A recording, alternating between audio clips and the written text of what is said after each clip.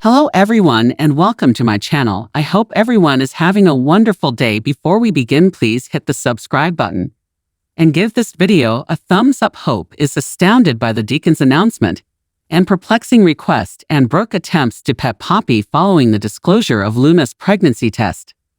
Results: Liam cannot fault Steffi for working from home today at the Cliff House. She is unable to report to work with the knowledge that Sheila is present. Liam extends his hand and inquires, "How are you?" She is terrified. It is one thing to know that Sheila is still alive, but nothing could have prepared her for their encounter. Liam discovers that she instructed Sheila to retreat when in her vicinity or in the presence of Finn. She will address Steffi and Deacon dead. He and Sheila kiss. She informs him that individuals consider him insane for being in her company. Deacon states that their viewpoints are acceptable so long as he retains her. She fears it will render him a pariah. She informs him Steffi paid her a visit today. She wanted to make sure she knew she had no place in her life or her family. Sheila gushes that she finally has everything she ever desired in life: pure unconditional affection. Deacon fumes. "I don't know about pure." Sheila replies, "I won't let you down, Daddy." As they make out, a knock arrives at the door. Deacon cautions it's Hope. He wanted to inform her they engaged after this. They can tell everyone, including Finn. Deacon allows Hope in, and she muses, "It's still like seeing a ghost at Forrester." Brooke informs RJ what Zind did was unconscionable. RJ doesn't believe he'll ever be able to work with Zind again, but he's hoping he and Luna can move past this. He just hopes there's no more reminders of what happened that night. Brooke wishes them both to move on too. RJ tells her it doesn't help to keep bringing it up. He believes Luna and knows she adores him, and only him. Brooke just hopes there's not long-lasting consequences for him and Luna. RJ's going to make sure of it. She takes out her phone in the design office. Luna asks Poppy, who is holding her pregnancy test, if she's expectant. Poppy tells her she's not. Luna rushes to embrace her mother, absolutely thrilled.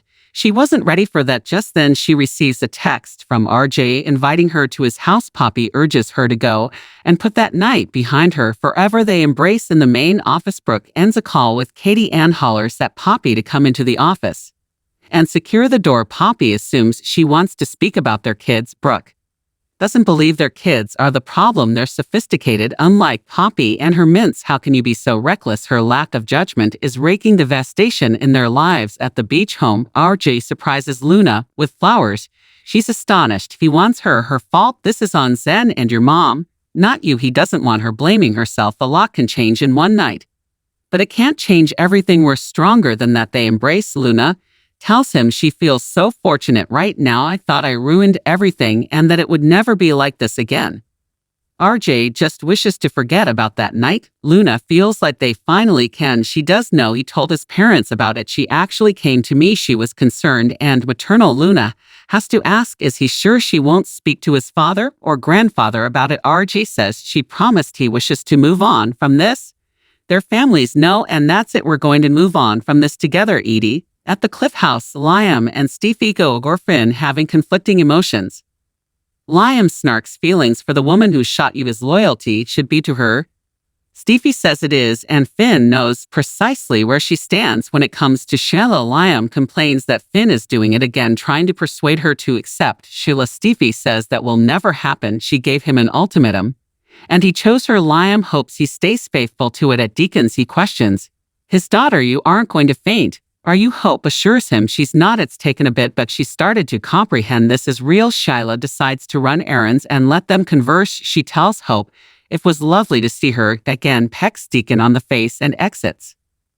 Deacon informs Hope something incredible has happened. She and the kids mean the world to him, but so does Sheila. He asked her to marry him. "We're engaged." Hope sits down and stammers, "So you and Sheila are engaged?" Deacon thought he lost her and doesn't want to be apart from her ever again. "They're going to be wedded soon. Life is brief, and you can't wait for happiness. You want that for me, don't you?" The only thing that would make him happier than marrying Sheila is to have her at the nuptials. More Don Damon celebrated in photos in the main office at Forrester. Poppy informs Brooke what happened that night was a terrible mistake. They go over Zen betraying Brooke's son and not questioning Luna why she was in his bed. That is inexcusable.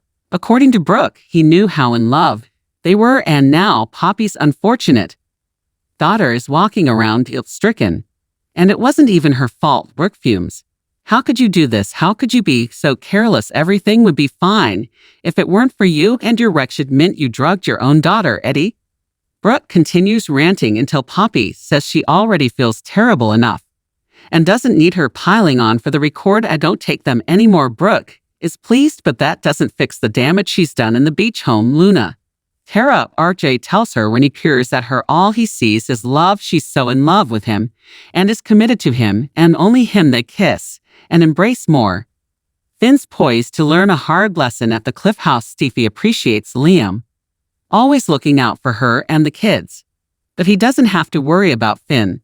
Liam's sorry it came to an ultimatum. She shouldn't have to use that to get her spouse to step up. Steffi's confidence she got through to him more. Heather Tom gives update on BNB status. At Deacon's place, he wishes Hope to be a part of his wedding. It would mean a lot to Shyla too. Hope mocks. Oh, that's a good selling point.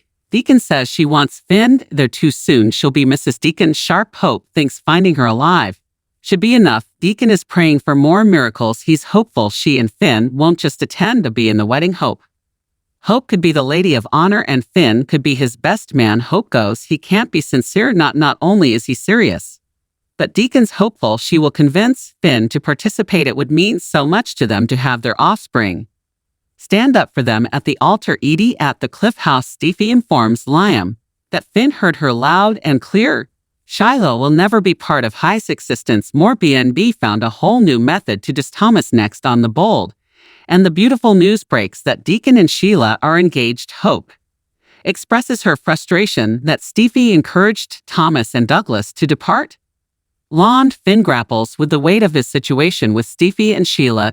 Is Hope pregnant with Thomas's baby? Medical crisis brings a surprise. The Bold and the Beautiful. BNB spoilers reveal that Hope, Logan, and Nuka, Noel, and John Finn, Finney, Tanner, Nolan will resume their conversation about their complicated parents and the requests that they're facing. Deacon Sharp. Shan Cannon wants Hope to serve as Sheila Carter, Kimberland Brown, maid of honor, but she's uncertain about whether she'll go along with the assignment. Hope seems like she might say yes if Finn's willing to undertake the best man role, but he'll be wary of upsetting Stevie Forrester.